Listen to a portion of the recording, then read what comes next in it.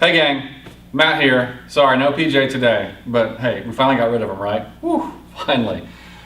So this video today is about science objectives, potential science objectives.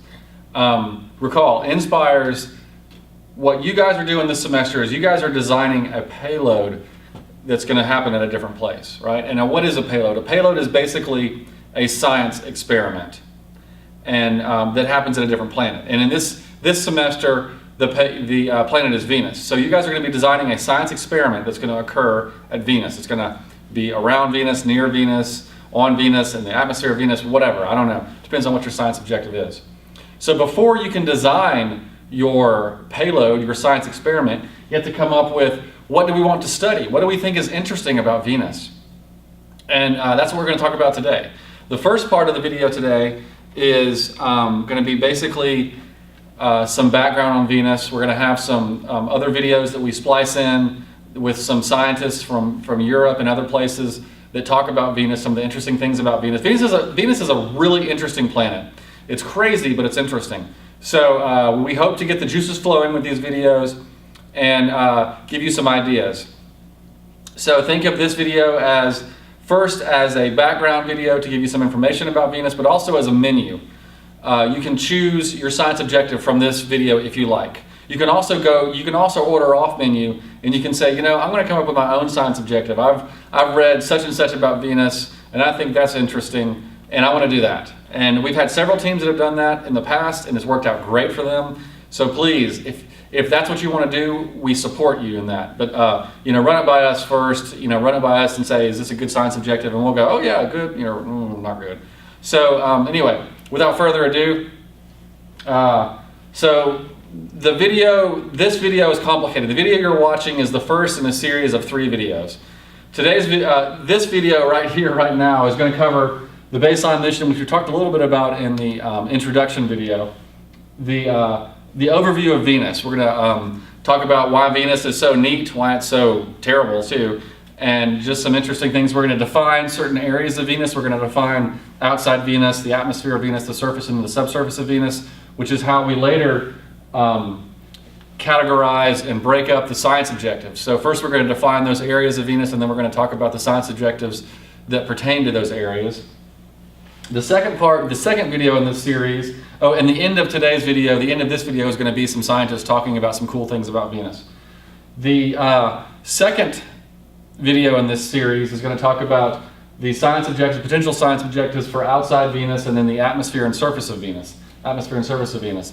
And then the third video is going to talk about the Venus subsurface science objectives, and then we're going to talk about different instruments that you would use different instruments and techniques, how the instruments work, that types of thing, you know, those types of things that you might use in your experiment, that you might use in your payload. So, and then we'll end, of course, the last video will end with a what's next, and then we'll talk about the science traceability matrix. So, it's broken up into different videos. Number one, because YouTube only allows certain sizes of videos to upload, and once a video gets too big, it becomes really hard to manage and stuff.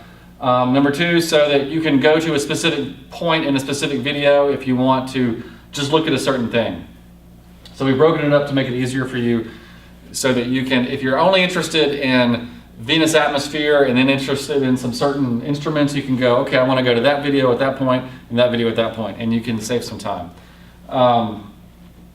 So that's how these videos are structured. And moving on, the baseline mission. We talked about this already in the introductory video, and I'm just going to go over this real briefly. You guys are designing your payload to the baseline mission. Don't worry about what the UAH team says they're doing, okay? Each UAH team is doing something slightly different. Don't let that concern you. Each UAH team is going to change a lot during the semester too. Don't let that concern you either. You guys do not have to change. Your mission that you're designing to is the baseline mission. And the baseline mission is what I'm going to talk about right now. So first we leave Earth in the baseline mission.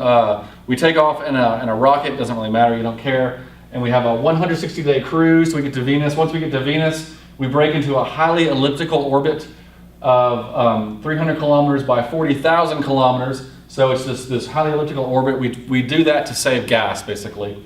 And then over the next 6 months, we slow down ever so slightly. We do something called aerobraking, which is where as we pass by Venus, we drag part of the spacecraft in the atmosphere to slow us down. Just drag a little bit, slow us down. Drag a little bit, slow us down. And every time we get closer and closer and to slow us down until we get to our final orbit, which is going to be a 230 kilometer circular orbit, polar orbit around the poles. I'll explain what that means in class sometime. And then we're going to do that for 4 years. There's a 2-year primary mission and a 2-year extended mission. So 4 years in orbit around Venus. Again, these are the UAH objectives. I mention these here because if you want to do something that's complementary to the UAH objectives, that's fine. That's great, whatever. If you don't, that's fine too. I'm just mentioning these here so that you know what the UAH teams are going to be up to. They have 4 main goals. They want to know Venus has a huge greenhouse effect. Why? Where did it come from? Why did it happen on Venus and not Earth? What's going on? Could it happen on Earth? Are we doomed? Okay, this is what we're looking at right here, right now. How active is Venus? That means volcanically, how active is it?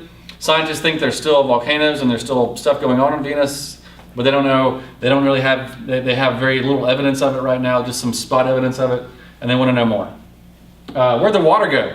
Where did the water go? Scientists think that Venus had water at one point in time, but they don't know where it is now. They can't find it. They say they have indications of water. I'm not quite sure what that means, but they don't know where the water is now. The elements are not there. The hydrogens are gone. The oxygens are gone. Stuff like that. Where's the water? Where did the water go? And then last but not least, life. Scientists are desperately searching for aliens. We're looking for them anywhere, somewhere. We want someone to say, hey, how are you? We just, we want to find aliens. That's what we're looking for in this solar system. Is everywhere, actually, more than the solar system. We're looking for aliens. We want someone to phone home, to call back to us and say hi. But if it were in Venus, it would be a tough alien. Let me tell you that right now, because Venus is a tough place. And it'll be very microscopic, like bacteria or a little bitty single cell organism, stuff like that at best. So here's some pictures of Venus. The UH team is using something called the Venus Flagship Mission Study, which is what this baseline mission is based on, and it's on the InSPIRESS site as well. There's some pictures of Venus. Now, the baseline mission, this stuff really pertains to you now. Okay, so listen up close. There are 3 main elements. We call them elements. There are 3 things, 3 different spacecraft that you can be a part of, that you can ride aboard. Remember, you're a payload and you're hitching a ride on a spacecraft, and you can hitch a ride on any of these 3, 2 of the 3, or all 3, okay? There's an orbiter, and as we already said, the orbiter is going to be in orbit. It's first going to be in a highly elliptical orbit, and then it's going to get into a circular orbit around Venus, 230 kilometer circular orbit, polar orbit around Venus. You can ride on the orbiter. There's going to be 2 balloon systems. They're going to deploy from the orbiter and go through the atmosphere in they'll have a aero shell, basically kind of like the astronauts coming in, fire. They're going to deploy through the atmosphere, and the aero shell will drop away. These 2 balloons are going to break out, and they're going to end up at an altitude of around 55.5 kilometers, 55 kilometers, something in there. And both balloons are going to stay active, stay alive for 30 days, 30 Earth days. This is Earth years, by the way. Whenever I say something like this, unless I specify, it's going to be Earth. And then last but not least is the lander. There's 2 landers also. The landers are going to break away. They're actually coming down in the same aero shell that the balloon is, but they're going to keep going down to the surface. There's going to be 2 of them. They're not very large, but you can still ride aboard. They're going to have a 1-hour descent. Once they start falling, they're going to have sort of a slow descent. It's going to take 1 hour for them to get to the surface, and they're going to take data along that, during that 1 hour. So you can drop off. You can actually drop off at any point in time once the aero shell's broken away. And if you were interested in that, we can talk about it. But then the lander is going to land. They're going to land on the surface of Venus, smack, and stay there for 5 hours. Both landers. So you can be on the orbiter, which is going to be alive for 4 years at a 230 kilometer circular orbit.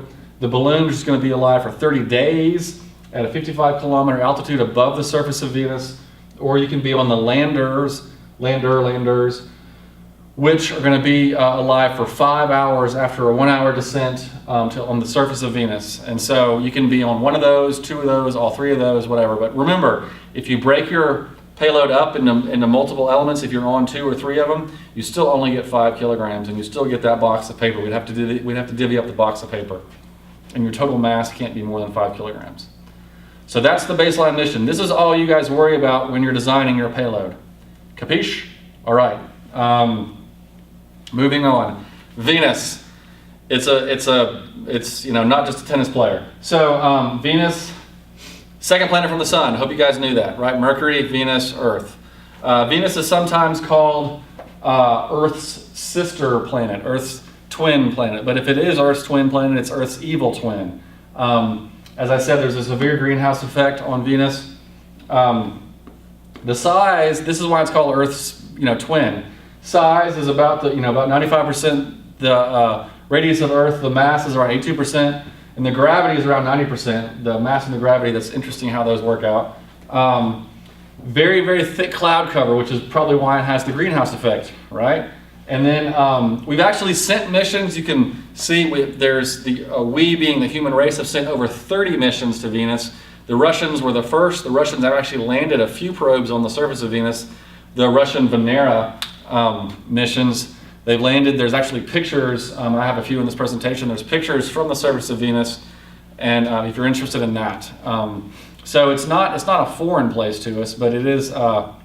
We've sent a lot of probes there. Back in the day, like way back in the early days of the space program, we actually thought that there was, thick vegetation, beneath the cloud cover. That's why we sent so many probes there. We were thinking that we could, inhabit it or something, or there were maybe monkeys or something. I don't know what they thought, to be honest with you, but they thought there's this thick cloud cover. There must be vegetation down below. That's what they thought. And so they threw probe after probe after probe, and some of them they never heard back. The very first Russian mission that was sent to Venus never actually made it to the surface, and we'll talk about why in a minute. One of the most interesting things about Venus is its orbit. Okay, if you were to come off of, we were to fly off of Earth and go right above the sun and look down on the sun, on the solar system. We went north of the sun, straight up above the sun, and look down on the solar system. All the planets go around the sun in this, counterclockwise fashion, because that's the way the sun spins, counterclockwise. So all the planets go around the sun counterclockwise. Most planets also spin on their own axis counterclockwise. Actually, all planets except for Venus spin on their own planets counterclockwise. So it's almost like they're rolling around their orbit. So they're going counterclockwise, and I can't do this much with my hand, sorry, and they're spinning counterclockwise also, so they're doing one of these jobbies, right? Venus, however, it's called retrograde. It's the only planet that rotates in retrograde. So as it's going around the sun this way, in this direction, still counterclockwise, it is spinning in a clockwise rotation. So it's doing one of these numbers. So it's like it's skidding. Venus is skidding around its orbit. It's the only planet that does this. I know everyone, in the fall, they were saying Mercury's in retrograde, blah, blah, blah, blah, blah. That's not real. That was an optical illusion. It's not real retrograde. Venus is the only one that does this. Uranus spins sideways on its axis, so it doesn't really do this either. Venus is the only planet that actually rotates in retrograde, rotates in a clockwise fashion on a counterclockwise orbit, okay? Venus's year is 225 Earth days, okay? Its solar day, now because Venus rotates in retrograde, rotates backwards on its axis, it does some weird stuff. Its solar day basically from high noon to high noon, or from sun up to sun up, whatever you want to look at it, is 117 Earth days, okay? So it's got a long night there. There's something else that most people don't know about. It's called the sidereal day, and we'll talk about that in more detail in just a second. But its sidereal day is 243 Earth days, which is longer than its year. We'll talk about what that means in just a second. It's also inclined at 3.4 degrees, which is pretty steep for a planet. All the planets in the solar system are pretty much in what we call the ecliptic plane. If you were to look at all the planets in the solar system in relationship to the sun's very, very large, but they're all in the same plane, which is about the sun's equator, basically. and they all kind of rotate in the same plane around the sun. They spin around the sun in the same plane, right? Venus is tilted a little bit, so it kind of spins like this by 3.4 degrees to the ecliptic plane. So that's quite a lot, actually. It doesn't sound like much, but it's quite a lot for a planet. It's the brightest object in the sky. You'll see it every morning and every evening. If you look up and you see, that's a bright star. If you look near the moon, but that's a bright star. Probably Venus, okay? Just give you a heads up. Next time you look up and go, that's a bright star. That's probably Venus. And so that's why it's called the morning star and the evening star, stuff like that. It's Venus. Very, very bright because of the cloud cover. So sidereal day. What is a sidereal day? It's spelled sidereal. Don't call it sidereal. I did the first time. I sounded dumb. Okay. I had to go talk to an astronomer and say, how do you pronounce S-I-D-E-R-E-A-L? He said sidereal because astronomers are, yeah, a little pompous. Anyway, it's sidereal. Okay. So if you were to take a planet, any planet, out of the solar system and put it in a coordinate, like a fixed coordinate system, and had it rotates on it, like here's the center of the planet, and it's rotating on its own axis, one circle. That one circle, that one time around in a fixed coordinate system, that is a sidereal day. Now, Earth, our solar day is what? 24 hours. Yeah, 24 hours, and there's some change in there too. Our sidereal day, not our solar day, but our sidereal day is actually 4 minutes less than 24 hours. So it's 23 hours and 56 minutes, which is kind of why our sunset, shifts and stuff like that. But or sun up and sunset both.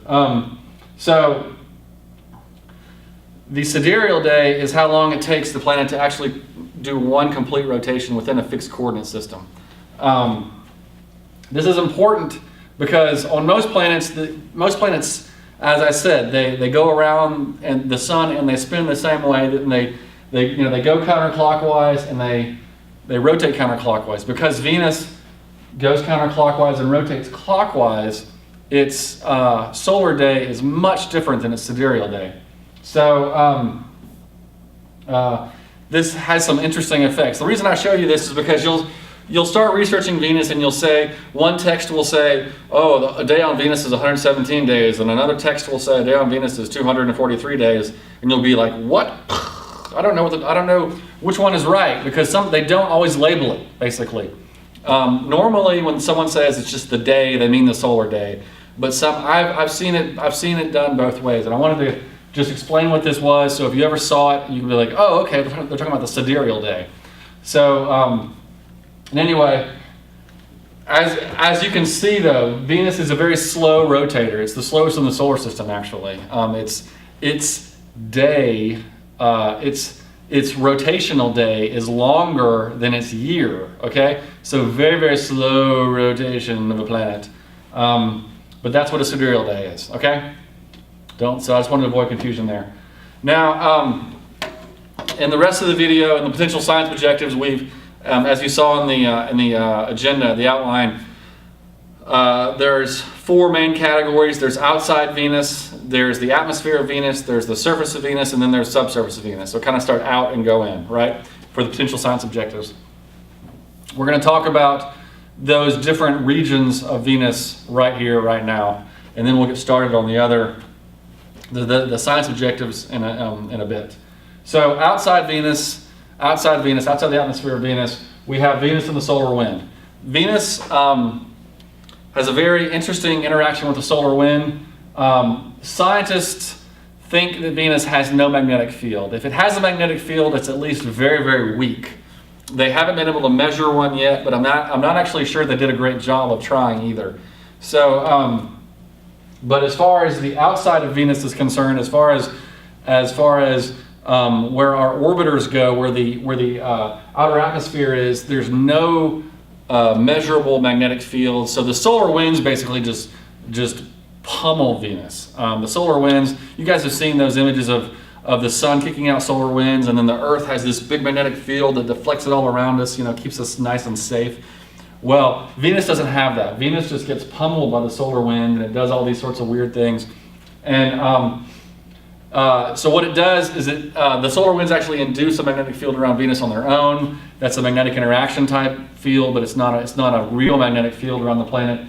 But the lack of the magnetic field was surprising for scientists. The lack of the because they think it has a magma core. I'll talk about that in a minute. Actually, I haven't got there yet. But the direct interaction of the solar winds with the Venus atmosphere. Basically, they think that the solar winds steal the elements away from Venus. They think that that's where the water may have gone. They think that some of the lighter elements like hydrogen is a really light element, right? It's number 1 on the periodic table. They think that oxygen's lighter than carbon dioxide, which is what most of Venus's atmosphere is. They think that those elements rose to the outer parts of Venus's atmosphere, and then the solar winds came by and just grabbed them and took them away. That's what they think happened, but they're not sure. But there's an interesting interaction between the solar winds and the outer atmosphere of Venus. So that's around Venus. That's outside Venus. The atmosphere of Venus is one of the more interesting things about Venus. It's very thick. It goes up to 250 kilometers from the surface of Venus, and they have clouds even past 200 kilometers. Just to give you a point of reference, Earth, like 70 or 80% of Earth's atmosphere is at 11 kilometers or below. Planes fly at 30,000 feet on Earth, which is around 10 kilometers, and so most of Earth's atmosphere is below 15 kilometers, definitely. Now, there's not many clouds above, I'd say, 20 kilometers on Earth. So you're having cloud cover on Venus that is 10 times as the distance as it is on Earth, which is just outstanding, just crazy high, crazy large. The atmosphere on Venus is mostly carbon dioxide, 96.5% carbon dioxide, which is carbon dioxide is a heavy gas. It's a lot heavier than air. That's like if you carbon dioxide, dry ice is carbon dioxide. Have you ever seen dry ice when it sublimates, when it turns from a solid to a gas? It goes to the floor, right? Stays on the floor because it's heavier than air. So it's a heavy gas, which is why scientists think that some of the lighter elements rose to the top and left. There's also nitrogen on Venus, which is what makes up most of Earth's atmosphere, nitrogen, and then there's other gases. Funny thing about the atmosphere on Venus, if you took all the carbon dioxide that the Earth has in rocks and soil and stuff, and you said, okay, out, and you put it in the Earth's atmosphere would look a lot like Venus's atmosphere. They'd have about 96% carbon dioxide, which would give us about 3% nitrogen. So if you were to take, again, this kind of goes with the theme of Earth's evil twin. If you were to take all the gases that were trapped, all the carbon dioxide that's trapped in the rocks and the soil and stuff that we have on Earth, and push it out, and make that carbon dioxide become gas, it would look a lot like Venus. The winds on Venus are crazy, crazy fast. They go up to 60 times the speed of the planet. I mean, we're talking 100 meters per second in some areas on Venus. The Earth's, just to give you a reference, Earth's winds are, max winds are around 10 to 20% of Earth's rotational speed. So Venus's, what they call the winds are super rotational winds, and they're crazy fast. Now that's at a high altitude, at higher altitudes that don't really exist on Earth, to be honest with you. Those high altitude atmospheric effects. Down near the surface of Venus, it's very interesting because the surface of Venus has what they call a supercritical fluid. And we'll talk more about that, and there's a video we'll show that kind of talks more about that. But a supercritical fluid it's not a gas anymore. It's more dense than a gas, but it's not as dense as a liquid. The carbon dioxide near the surface of Venus, because the surface of Venus, near the surface, it's so hot. I think we're going to talk about that here. Yes, I'll talk about that in a second, but near the surface of Venus, it's so hot and the pressure is so high that the the atmosphere becomes a supercritical fluid, so it's less like air and more like swimming. But also on Venus, and this is the cool thing, I think, they have lightning. Actual lightning, cloud-to-cloud lightning, but it doesn't hit the ground because it's too far and the densities are too great. But there's storms. They've got storms. They've got these standing hurricanes, these cyclones, if you will, that are at the poles of Venus that just sit there. They're about the size of Europe, which are a good 2 or 3 times the size of the Earth's biggest hurricanes at the poles of Venus, and they just sit there and they just churn. They don't really move like our hurricanes, which is quite interesting, I think. But anyway, so Venus, again, atmosphere, lots of stuff going on, thick atmosphere, lots of area. Earth's atmosphere, you really don't think of Earth's atmosphere in the height sense, about stuff happening at different layers of the atmosphere. Venus's atmosphere, something could be happening down low and something completely different could be happening up high. As you can see from this plot here, if you're looking at the video, these charts are online, by the way. The temperature in the atmosphere dips and then gets really hot. So again, there's a lot of stuff going on in the Venus's atmosphere. The surface of Venus, terrible, terrible place. It's awful. Just imagine the worst place imaginable and double it. It appears to be shaped by volcanic activity, but there's no direct evidence of volcanic eruption. Scientists have never actually seen an eruption. They've seen sulfur pockets from satellites overhead. They've seen like poof. There's lots of sulfur concentration in that area. I wonder why. But they don't know if it's a volcano because the cloud cover is too thick, right? So around 500 million years ago, scientists think there was a dramatic resurfacing. Basically, Venus is a much older planet than 500 million years, but the surface of Venus appears to be no older than 500 million years. So they think the entire surface of the planet was resurfaced, if that makes sense. Surface was resurfaced, so that magma shot out from somewhere and just completely covered the surface of Venus 500 million years ago, and so that everything on the surface of Venus is 500 million years old or less. The only person around 500 million years ago was Dr. Farrington, and he's not telling anybody. Okay, it's his secret. So near the surface of Venus, that was a joke, by the way, sorry. Near the surface of Venus, Dr. Farrington is the person that PJ calls the old guy, if anyone's interested. Near the surface of Venus, the pressure, the atmosphere is so thick, and it's carbon dioxide, so it's so heavy and dense. The pressure is really high. So the pressure is 93 times Earth's pressure. It's almost 100 times Earth's pressure. So Earth is about 14.7 psi. If anyone knows anything about psi and pressure, so the surface of Venus is around 1400 psi. That's a lot. That's a lot of pressure. That would squish your head. And the temperature on the surface of Venus is around 900 degrees Fahrenheit. Also very hot. So again, very, very high pressure, very hot. Not a great place. Really rough place. Rough neighborhood. So the surface is basically isothermal across the planet. So there's not much of a temperature change across the planet because everything's just so hot anyway. And so scientists have never really discovered pockets of what they think are hotter places and colder places. They think it's all just kind of like the same temperature, unlike Earth. And then here, again, the carbon dioxide at the surface of Venus is a supercritical fluid. The wind speeds at the surface only move around 1 or 2 meters per second. However, the density of the supercritical fluid is around 60 kilograms per cubic meter.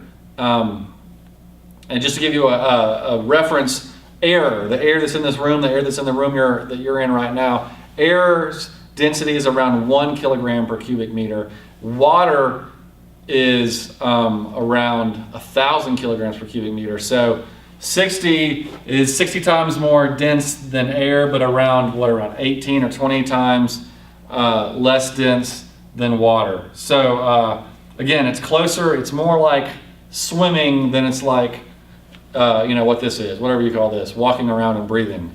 So it doesn't occur naturally on Earth. So it's kind of hard to explain what this supercritical fluid is. If you're interested in it, I'd love to talk to you about it because it's really fascinating to me. But basically, it's a really, really dense, really hot fluid. The surface is, and that creates lots of things. This is exactly why the very first Russian probe did not hit the surface of Venus. is because they miscalculated the density. They thought it would drop faster than it did. And so they don't know if it was crushed, they don't know if the batteries just ran out, they don't know if the communications just happened or whatever, just didn't work, but it never reached the surface before it died. They do know that. So they don't know what happened. I mean, I'm sure it reached the surface eventually.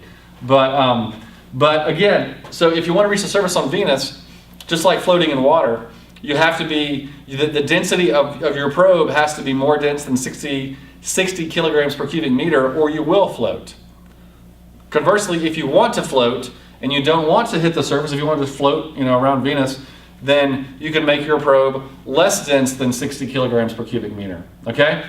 Are you following me? Okay. So really interesting stuff. Venus. When you get all that pressure, all that heat pushing in on something, what happens at the surface? We'll talk about this later. So the subsurface, again, because Venus is a terrible, terrible place, and because we can't get a probe on Venus to last more than a few hours. I think the longest Russian probe is about 2 hours. That's the longest so far. We don't know much about the subsurface of Venus. Scientists think that there's magma, an internal magma core. They think. Some scientists actually disagree, and some think that it's a solid core. Most tend to believe that it's a magma core because of the resurfacing type deal we talked about earlier, because they think there's volcanoes. So they think that's coming from somewhere, basically. But the absence of magnetic field makes some scientists believe that it's solid. So again, scientists, they fight, like PJ was telling you about in the other video. But most believe that there is internal magma. However, most tend to believe that there's no plate tectonics. Like Earth, we've got shifting plates, and they move, and they friction, and then they have earthquakes, and they create tsunamis, and so. But they think that Venus is just one big plate. It's just like boom, one big plate. So that's why there's not much activity on Venus. There's no tectonics, but they do believe quakes occur. They're not quite sure why, but they've sensed something down below, and they think it's just magma gurgling or something like that, maybe eruptions of some kind. But they do think there's quakes. But again, there's not much known about the subsurface of Venus, because it's difficult, because they can't get a probe to last on the surface for long. So that's basically what it amounts to. And this is a tough one. This is a very tough one to do, because learning anything about the subsurface of Venus takes time. And so you don't have time when you're sitting on the surface of Venus. You're frying and you're dying instantly. You're dying before you get to the surface of Venus. And so it's very tough for a probe to determine anything about the subsurface of Venus, because it itself it's almost dead. So those are the regions of Venus. Again, the outer, outside Venus, the outer, outside the atmosphere of Venus, the surface, and then subsurface. The 4 different areas kind of go out and go in. And we've divided the science objectives into those areas: outside Venus, atmosphere, surface. This is actually a picture of the surface from one of the NERA missions, the Russian missions. And then the subsurface of Venus, the same picture I just showed earlier. Again, atmosphere. There's lightning and all sorts of cool stuff going on. All these pictures are just artists. They're not like real pictures, by the way. So for the rest of the video, for the rest of the 2 other videos, we've divided the science categories into outside Venus, atmosphere, surface, and then subsurface. You'll notice that atmosphere and surface, basically there's 2 major things. There's properties and composition. You can determine properties of composition because basically, atmosphere and surface, you're looking at elements. You're looking at the properties, the temperatures and the pressures and that stuff, or the composition, which is just the elements. So that's what you're looking at for either the atmosphere or the surface. There's different variations. If you want to look at lightning, or if you want to look at the cyclones and stuff, those don't happen at the surface. Those are definitely purely atmospheric things. But what you're actually doing with the lightning or the cyclones is you're determining the properties and the compositions of those things, right? And so that's why we're going to talk about these sort of in tandem, also to save time. Outside Venus, we'll talk about that, and then subsurface, we'll talk about those. And again, after the subsurface,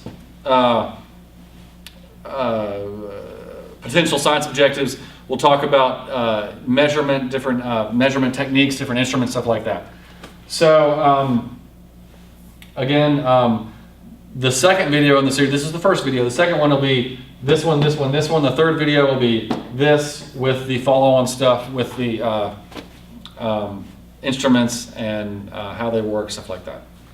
So now what we have for you are some real, now I mean, like, I think I'm all cool and stuff, you know, I've basically learned, I've read Wikipedia, that's how I know about Venus, but there's some scientists, the last mission that went to Venus is called Venus Express.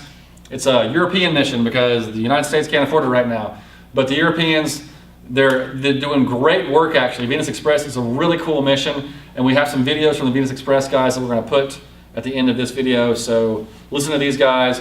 They sound smart because they have European accents, which makes it cool, or evil, either smart or evil, I can't decide. But anyway, listen to them, it's some cool stuff. They're fired up about Venus, and I hope that they give you guys some ideas as well. So again, please watch the remaining videos to determine what you want to do for your objectives. Thanks.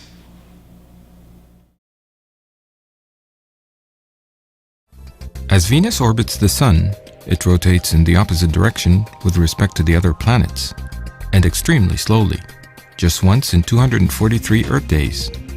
This is even longer than a Venusian year.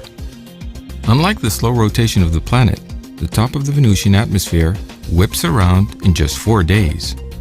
Most of the atmosphere around Venus consists of carbon dioxide. Incredibly, Venus and Earth have about the same amount of carbon dioxide. On Earth, it is locked up in the crust in the form of carbonates. On Venus, it mostly exists as gas.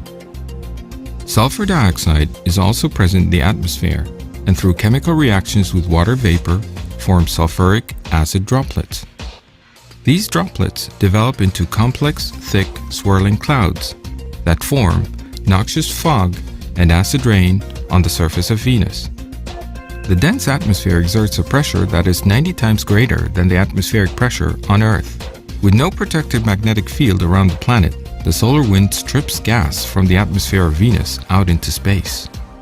This has a huge effect on the climate of the planet. Venus is the hottest planet in the solar system, with a surface temperature of over 700 Kelvin, despite only a small fraction of the light it receives from the Sun reaching the surface. The large amount of carbon dioxide and other gases trap enough energy to increase the temperature dramatically, causing an enhanced greenhouse effect. Such a high surface temperature led scientists to quickly dismiss ideas of present-day oceans of liquid water and life on Venus. The age of a planet's surface is generally determined by the number of craters present. In the case of Venus, only the largest rocks would be able to survive the journey through the thick atmosphere. Therefore, Venus has very few craters on its surface, and none that are older than about 500 million years. At some point in the past, over a short geological time period, the entire planet was flooded with lava. The first spacecraft to visit Venus and Mars completely changed humankind's view of Earth's planetary neighbors. Scientists now realize their similarities as well as their differences to Earth. Greater knowledge of Mars and Venus has spurred continued exploration with even more advanced spacecraft. Exploring a hostile world like Venus is challenging. Spacecraft that have landed on the surface have quickly succumbed to the intense heat, extreme atmospheric pressure, and burning acid rain. Attempting to probe the atmosphere in visible wavelengths alone is futile, as the clouds cannot be penetrated and show no features or markings. Therefore, other wavelengths of light must be used. In 2005, the European Space Agency launched its first mission to explore Venus, and the first to go there for more than 10 years. Venus Express made a 5-month journey from Earth to study the planet from orbit. This spacecraft is packed with a suite of instruments to study the Venusian atmosphere and near-space environment at radio, visible, and infrared wavelengths, performing spectroscopy and measuring energetic particles. Data from Venus Express allows scientists to study how the workings of the atmosphere, the atmospheric loss to space, and the greenhouse effect all act together to produce a climate so different from Earth. Venus Express primarily examines the planet's atmosphere. However, the atmosphere is so dense and therefore closely associated with the surface that studying it will provide clues to the nature of the planet as a whole. The thermal infrared camera on board Venus Express has peered into the thick atmosphere and allowed scientists for the first time to map the wind speed in 3 dimensions. To achieve this, the thermal camera tracked clouds at 3 different levels in the atmosphere, including those just 50 kilometers above the surface, for long periods of time. This provides enough data to allow scientists to start piecing together a picture of the atmospheric phenomena. Data from the onboard spectrometers have shown that the amount of toxic sulfur dioxide varied considerably over just a few days. Sulfur dioxide is not thought to stay for very long, and so it must be being released into the Venusian atmosphere. Otherwise, it would disappear. But how this is occurring or what mechanism is releasing this gas is not known. It is likely to be released during volcanic eruptions, but there is as yet no evidence of this process taking place. Water vapor is present in the atmosphere of Venus, but in a very low quantity. Venus Express detected the way in which the atmosphere of the planet is being lost to space. This has provided vital clues as to what happened to the water on Venus. High in the atmosphere, water is broken down into its constituent parts, which are then stripped from the atmosphere by the solar wind, meaning that Venus is still losing water. Measuring the amount that the planet is losing from the atmosphere and calculating backwards over time indicates that Venus may once have had the same amount of water as the Earth does today. Venus Express data confirmed that the Venusian atmosphere generates its own lightning. This was an important discovery as electrical discharge breaks molecules into fragments, enabling chemical processes to take place that would not otherwise be possible. Lightning also occurs on Earth, Jupiter, and Saturn. However, on Venus, it is unique, as it is the only type known to be associated with clouds of sulfuric acid. Since its launch, Venus Express has revealed new aspects of the planet and will continue to peer into and through the Venusian atmosphere to piece together answers to as yet unsolved questions. Are volcanic eruptions responsible for topping up the levels of sulfur dioxide in the atmosphere? Will Venus Express detect a volcano erupting? Venus seems to have been more Earth-like in the past and to have had large quantities of water. What happened to cause its climate to change so radically, and when?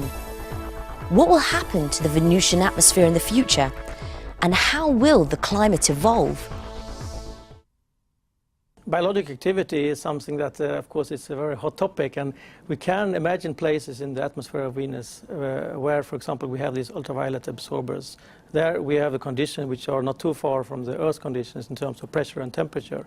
And if something like that is going on, this is the right place. Fairly recently, in geological terms, about 500 million years ago, there was quite a dramatic global resurfacing of material coming up from below and filling out all the old craters and wiping out all history and creating a completely fresh new surface. This is not exactly known why it was, but we have the record from this. Your dream would be to find a volcano? That would indeed be very nice. To see an active volcano with all what comes with it, it would be a great thing. We see these parts above the clouds. It is some material, some sort of microscopic material that absorbs these ultraviolet lights. We can see great patterns if you look in ultraviolet filters. But really what it is, we really don't know this, and we will try to find that out. And this is, of course, an environment on the planet where the parameters like the pressure and the temperature are the most Earth-like. So if there would be anything like microscopic life, this would be in this place. But this is really something we have to study a bit further. I think that we want to prove that there is volcanism on the surface. This is something which is suspected, because we know that the surface has changed within the last, say, 500-600 million years, which on a geological time scale is a very short time, considering that the planet is existing for maybe 4.5 billion years. We want to see why has the surface changed so recently. There must be volcanism, but we don't know that. We want to prove that, and we can do that with these instruments. But to such an extent that volcanoes could resurface the entire planet? The process on the resurfacing is slightly different on Venus compared to the Earth. On Earth we have what we call the plate tectonics. This is several large plates on the upper surface of the Earth that are moving with respect to each other. And on the borders between these lines we get volcanism and earthquakes. On Venus we don't have that. It seems like we have just one big plate covering the whole planet. And when it comes to the point that there is an instability somewhere in below the surface, this has an effect on the global scale. So we believe that this resurfacing has taken place in a reasonably short time, and in that way reshaped the whole upper surface of the planet. In the 50s and in the earlier days, it was in general believed that Venus was quite similar to the Earth. And there was a dense atmosphere that was known, but it was also thought that there was a lot of water vapor in the atmosphere, and the cloud layer was just like the Earth cloud layer. So we had some similar situation like in the jungle. So there were being pictures drawn in those days of jungle landscapes and even creatures living down on the surface, very much similar to on the Earth. By radio astronomy observations, that detected that it seemed like in the radio frequency range, the radiation from the planet indicated that the temperature was much, much higher than on the Earth. Many people didn't believe that, they didn't trust those measurements. But when the mariner made the flyby of Venus, they had real reliable instruments that showed that the initial measurements were indeed right and the temperature was very, very high. After Russian and American missions, ESA decided to join in the exploration of Venus. So Venus Express was launched in 2005. A Soyuz rocket put the 1,250-kilo probe into orbit, the start of its long journey to Venus.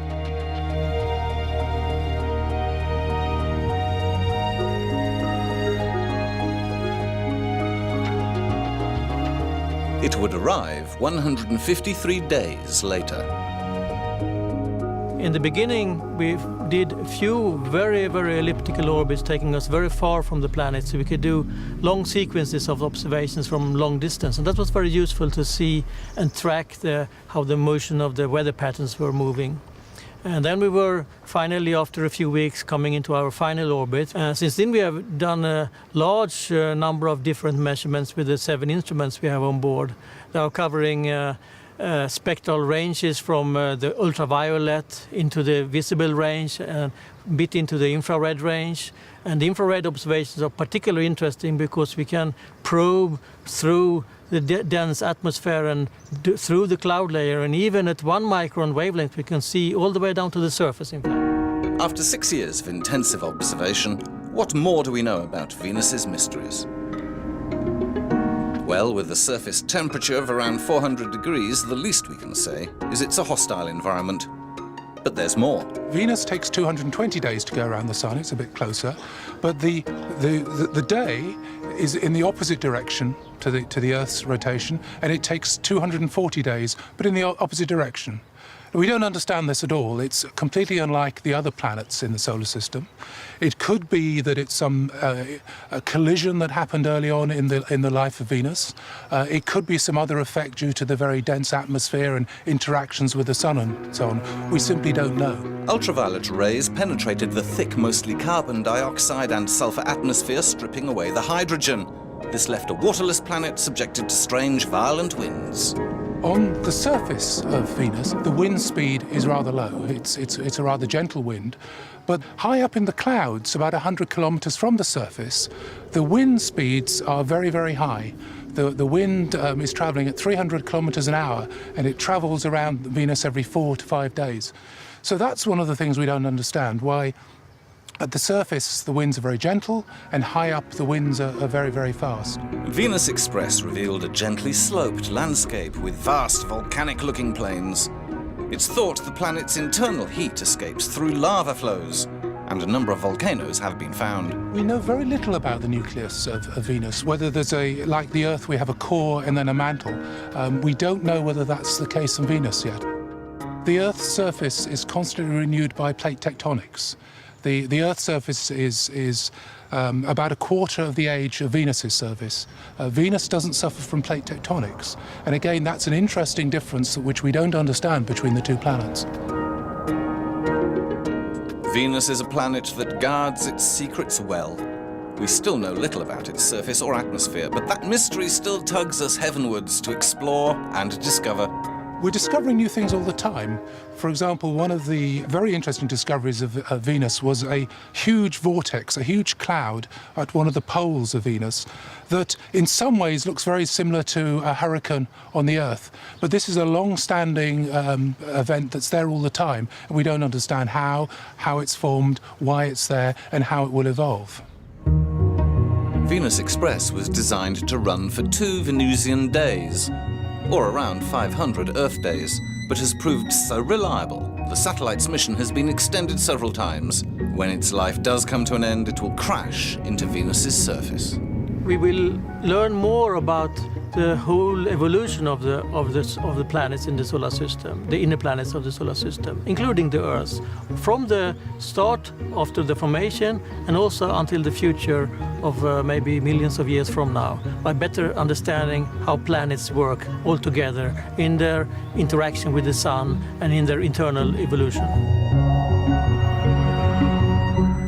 What comes next is the interesting thing. At the moment, there are no other probes planned to Venus.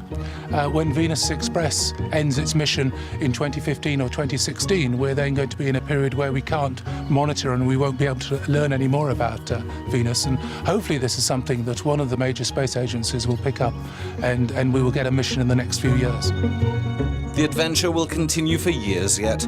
But why this incessant quest, this desire to discover?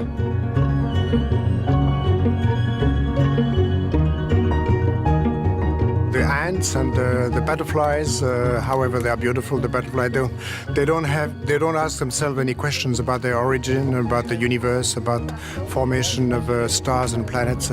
We have all these questions because we are human beings, and it is in our nature to explore as human beings.